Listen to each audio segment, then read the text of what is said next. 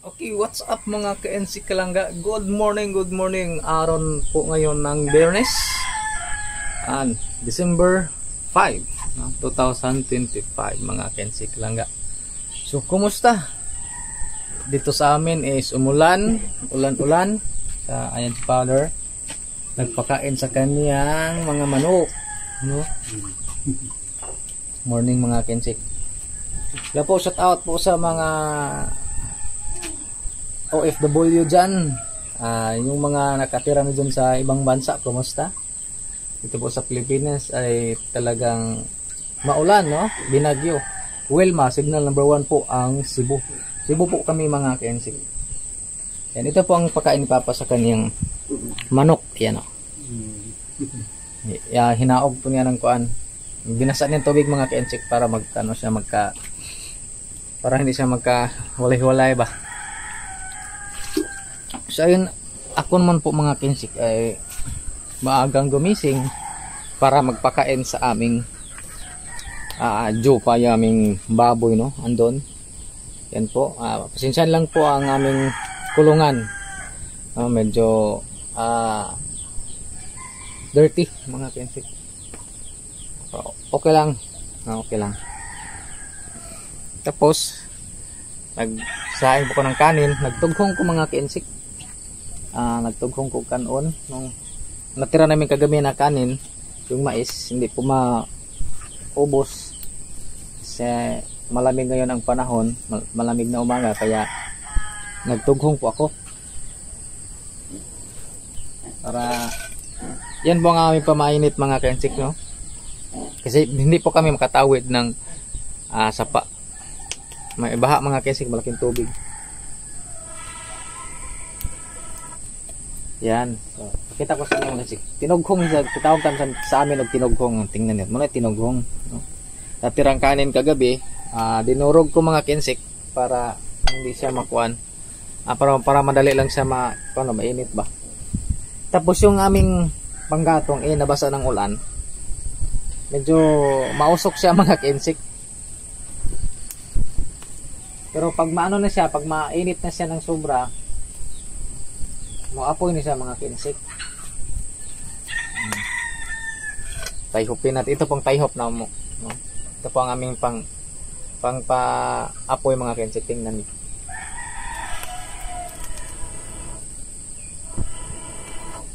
Yan. Ganyan lang. Pag kumulo na ito mga kinsik, ito ang aming pamainit ni Father, no? Silangga naman ay iwan ko kumakain din silangga ng tinughong, pero gusto na yung kanin lang, no? Yung kanin lang, bro, hindi siya masyadong kain ng tinughong mga kinsik, dinurog na kanin. Kaya mausok ko. Tapos ito pang aming ito pang mga panggatong na biak ni Papa nung panahon ng nung medyo mainit-init na siya, parang yung bago. Ayan, nakikita niya nilangga sa inyo. Ano siya, okay naman. Maapoy naman siya kahit basa, no? Tulad nito. Yan, maapoy, pero ano lang siya mga kinsik. Mausok lang talaga siya kasi medyo basa pa. Pag matuyo na to mga kinsik sa kainit, ay talagang kaapoy yan.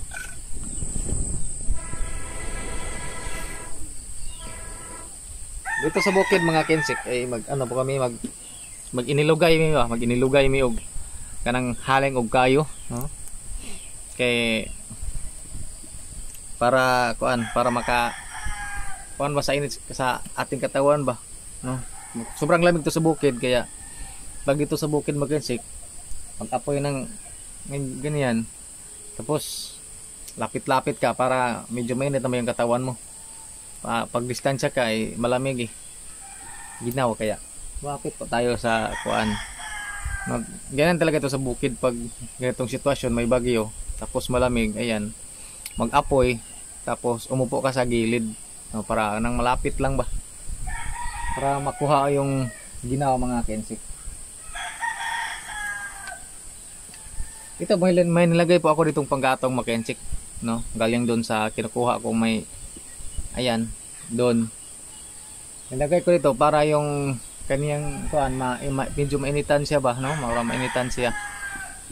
Wa mo ko din na mo kuan na silungan. Imbis nung silungan na namo ni kuan, lumakas yung talagang ulan mga kensik.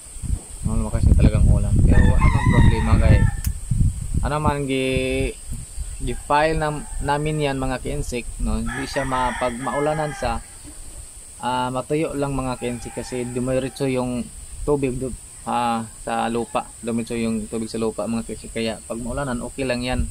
Para siyang nakahangir-hangir lahat pa, no? Tingnan niyo. Ganyan po kami mag-file dito ng panggatog sa bukid mga kensik kahit maulanan siya. Ano naman, dumiretso naman yung tubig. Hindi naman katulad ng walang butas-butas. Ang tubig yung steady lang ba, hindi siya makadiretso sa lupa. Yan. So, ito po ang sitwasyon mga kensik sa bukid. Ito po ang yung mga nag-abroad dyan, yung mga doon na nakatira sa ibang bansa. Ganito ang bukid, no? Siguro nakaranas din sila mga kensik, yung mga nakatira doon sa ibang bansa na ganito sitwasyon sa bukid, no? Magpaapoy para naman hindi magginaw ba. Sa ibang bansa nga nakita ko may apoyan sila doon mga kensik. Parang parang naka sila doon yan, para hindi niya maginaw. Tapos ito sa malapit mga kensik dito sa gilid meron pong ayan manok dito po na siya nag-itlog, no? Talagang siya mga kensik, nung panahong yung unang itlog na dito siya talaga, no? Pangatlong itlog na yan dito mga kensik, pangatlo na. Gusto niya dito, siguro safe siya mga kasi malaging tao kaya dito po siya.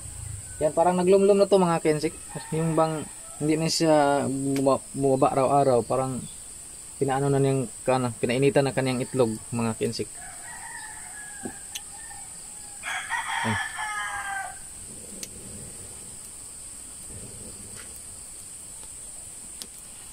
Dito sa Cebu mga kensik Kalanga ay signal number 1. Iwan ko ngayon, kahapon lang yung narinig ko ng balita kahapon. Signal number 1 daw ang Cebu. So, iwan ko kung ngayong araw na ito, Biyernes,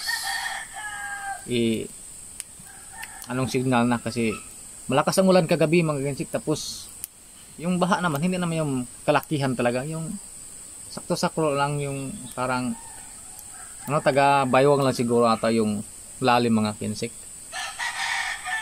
Then yung naman yung tawag yung ulan ay siya kuan lang baka nang mamuon karon na balik naman, hindi siya dire-diretsong ulan mga kensik. Muulan siya ng malakas tapos hinto, maya ayan ulan naman, mahina, ganun ba. Pero may isang bisis talagang malakas ang ulan mga kensik. Kaya kailangan po natin mag-ingat, no? Yan, shout out po sa mga pinsan ko dyan sa Mindanao, sa Bukidnon, no? Bukidnon, sa may Malaybalay, ganoon. And mayroon pa po mga diyan, mga pinsan doon, mga uncle and auntie. Kumusta mo diha? Kumusta inyong lugar diha? Wala bay kanang kusog na uwan? Sa Cebu ay kusog nga uwan pero hindi naman kanang kuan. Dili kay siya kusog, ang dili ba sa ingon nga permintig nga uwan pero mukusog gud siya mga kensik lang ga. Ayan, shout out sa aking kuan, aking kao. Ayan. Baliktad lang sa inyo mga kensik, Ban Matic Carelio. Yung bang barangay captain dito sa lungsod mga kensik, yung bang sa barangay ng sakop ng Katmon mga kensik. Ayan mo. Carelio. Sorry.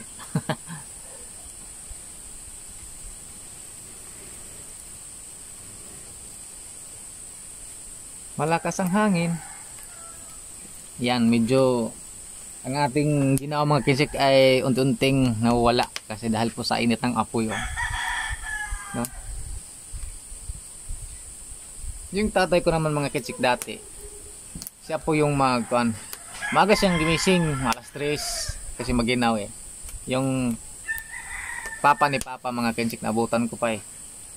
So ang kanilang dirty kitchen ay nasa loob ng bahay, no? Hindi po sila makalabas para di katulad doon sa amin na pwedeng lumabas bago ang dirty kitchen. So, doon sa ila ay lang dugtong lang mga kinsik. Pag baba nila ayon may sahig na kawayan, ayan, diretso sa kanilang dirty kitchen, no? Tapos andun po siya mag-apoy-apoy mga kinsik. Andun siya matulog, no? Andun siya matulog mga kinsik. Kaya ay parang na ano na namin dito yung maginaw lang apoy. Yan. Unsay magtrabaho pa? Balingas baka. Wala lang. Di kasi ibalik na lang nimo magkuha ko ng tinughong. Ha? Lang nagtughong ka. Oo, tughong ko. Ay ka mukha tinughong. Magsukad ako kasi mukaon ka.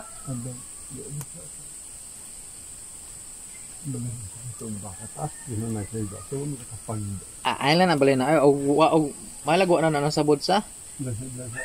Kanang may tuod ba? Dong awan pala din. Si papa mga kinsik magpastol sa baka, ayan. Yung baka naman ando, no? Ayan. Hindi siya makikita kasi medyo malayo na mga kinsik. Sabod tele so. Basi ang problema lang wala sa nila kay naman yung anak. Ang tagal dito na kuan mga kinsik. Ay apoy. I-shout out ko yung mga bagong pasok sa aming bahay ni Langga, no, sa Langga NC Vlog. So marami pong salamat sa inyong panonood, no, sa mga baguhan, sa mga dating subscribers, sa laging nanood, sa hindi pong nagsawang nanood sa aming vlog. Ay shout out po sa inyong lahat, no. Kasi salamat po kami ng marami.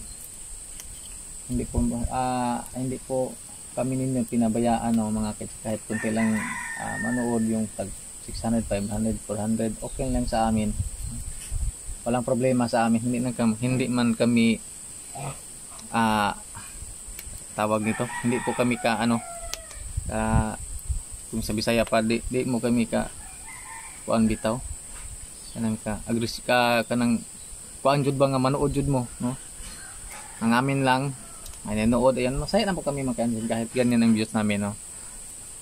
So, shout out kay Tita Bibian, kay Ma'am Claripil, kay Auntie Juicy, kay Ma'am Adelina, Felis Ibanez, Hilda, ayan, shout out sa inyo, yung si Ma'am Ibet, hello po, shout out sa inyo dyan. Ito yung shout out namin. Parang nakalimutan ko, nag-shout out si Langga. Ayan, paano Langga, yan nasag-uba ni Langga, no? Okay, muna yung story time. So ayan na mga kinsik, kumukulo ng ating ayan, tinughong. Tingnan nyo, mais to, mga bigas na mais to mga kinsik, no? Kaunta kay tugno man, kaunta.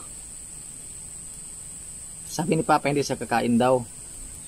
So ewan ko pag kumakain ako para siya ganang murasag masuya, mukaon dito. Nag-iwan naman ako mga kinsik doon. Ay kinuha po ako, hindi lang ako nakabidyo kasi mahirap walang tagahawak yan. Kaunta ato sa ni pabugnaon mga kinsik. Tingnan niyo mga kinsik ko, no? Hindi siya makita kay puti mo siya, puti. O ate para makita gid mo. O mo ni siya. Ano siya mga kinsik ang tinughong, no? Ang iba dyan ay lagyan nila ng parang isang purado ba, lagtabliya. Dito sa amin ganito lang, tinughong. Ito po ang mga painit dati sa mga matanda mga kensik. Ato sa ning pabugnaon kay init man kaayo.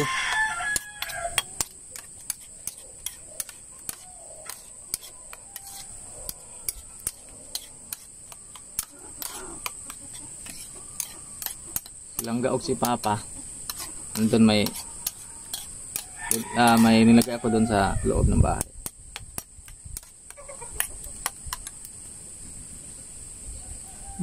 Sino pong nakaranas dito sa bukid kumakain ng tinughong, diretsong sinabuan ang bahaw na kanin. Kulat tong timpla mga kensik ha, kanin lang taga to, walang asukal, walang asin. Gusto ko na pure. Basta pag kumakain ako ng tinughong mga kensik, ay hindi ko mag-asukal.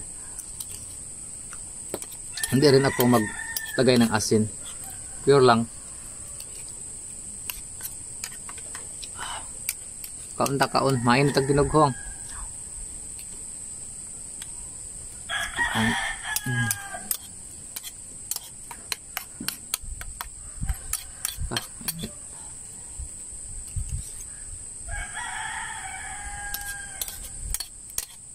Iwan ko ba mga kensik, lagi po akong sisingawin. Masingaw po ako dito mga kensik.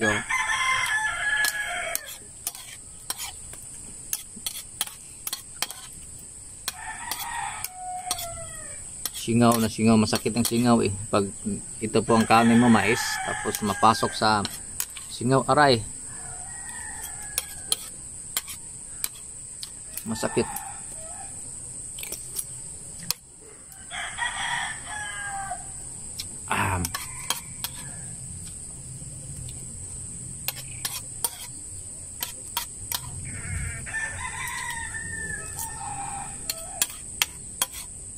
Yung iba mga kensik, ang nagani nila dito kay ginamos.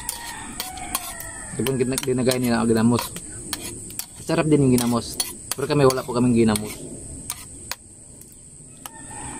Sa akin ang ito lang. Walang timpla-timpla. Yung iba dyan hindi kumakain ng walang timpla. Baka magsabi kayo sa vlog lang to, hindi. Kahit magkano po kayo kay Langga, kay Papa, hindi po ako maglagay ng asukal at asin. Sa akin ganito lang, tingnan, masarap. Masarap.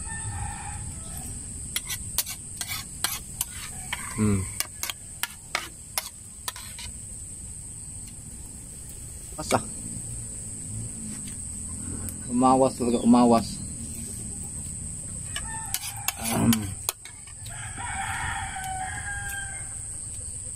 Nawas mga kuwang ban, nungag.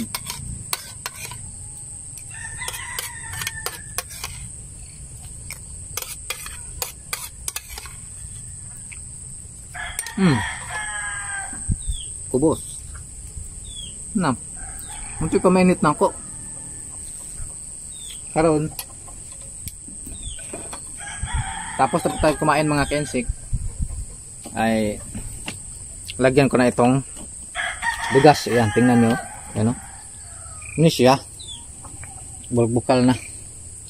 Ini ako ang kuan. Ondan sa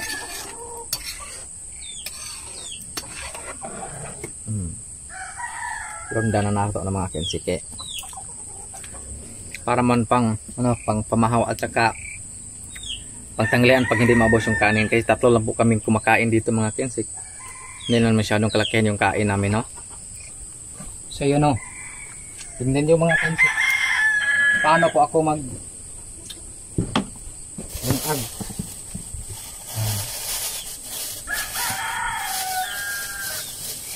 so maraming tinughong, gas na mais.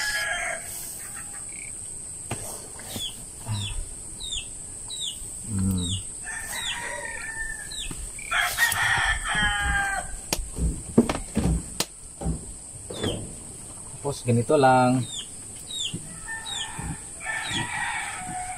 Yan.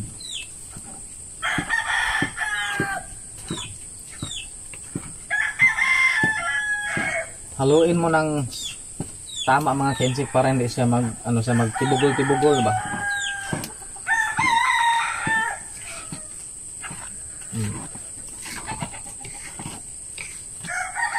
Tatlong beses mo gito haluin mga kensik para pantay ang kaniyang luto at pantay din ang kaniyang mga bigas para masagaw sa gayo ba.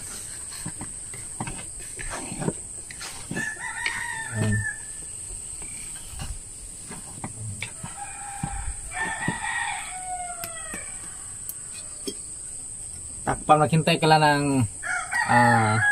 ilang minuto para mukuan ba kanang mo tuyo bitaw siya mga kensik. Ano lang paabuton.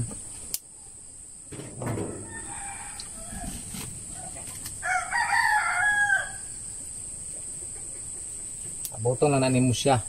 Dayon kauman unang bisis ton mo hinalo, pangalawa, pangatlo yan na po ang kuan. Pwede na mo iwan, pwede na mo bugkagan bitaw. Kuan mo sa apoy para hindi sa madukot.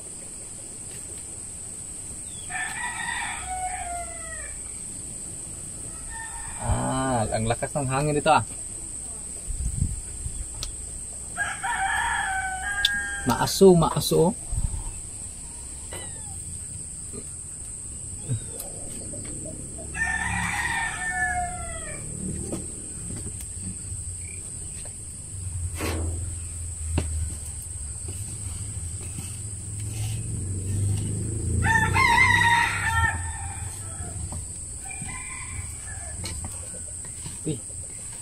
Ambak man.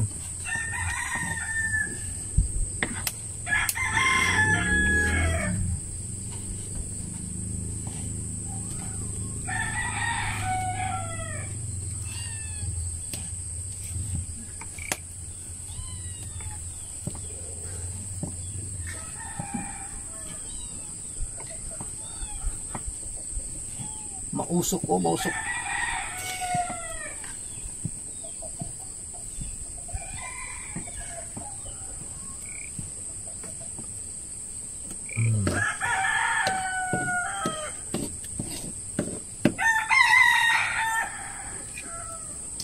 Ayun na mga kensik, no?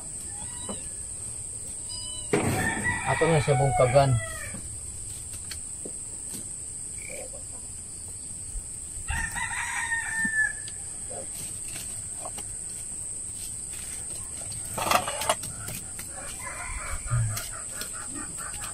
Panta ng apoy. Para yun, so ayun po mga kensik kalangga. Thank you for watching. Hanggang dito na lang po ang ating vlog. Tapos na po magsaing. At ako naman po ay magpapalakad kay Sphinx. Yung aso namin talagang every morning po kami magpalakad, magpadome, ganyan, paihi. Yan po ang kaniyang trabaho mga kensik. So ayan, bigyan natin na po ng ating aso mga kensik. So ingat-ingat po tayong lahat dahil po may bagyo ngayon sa ibang bansa. Ingat po kayo dyan sa inyo. So marami pong salamat mga kensik kalangga, and don't forget to subscribe po sa mga baguhan dyan. Leog subscribe, no, para madagdagan ng aming subscribers. Ayan, thank you for watching, and don't skip the ads mga kensik para may konti po tayong maani mga kensik. Ayan, thank you for watching. Bye bye.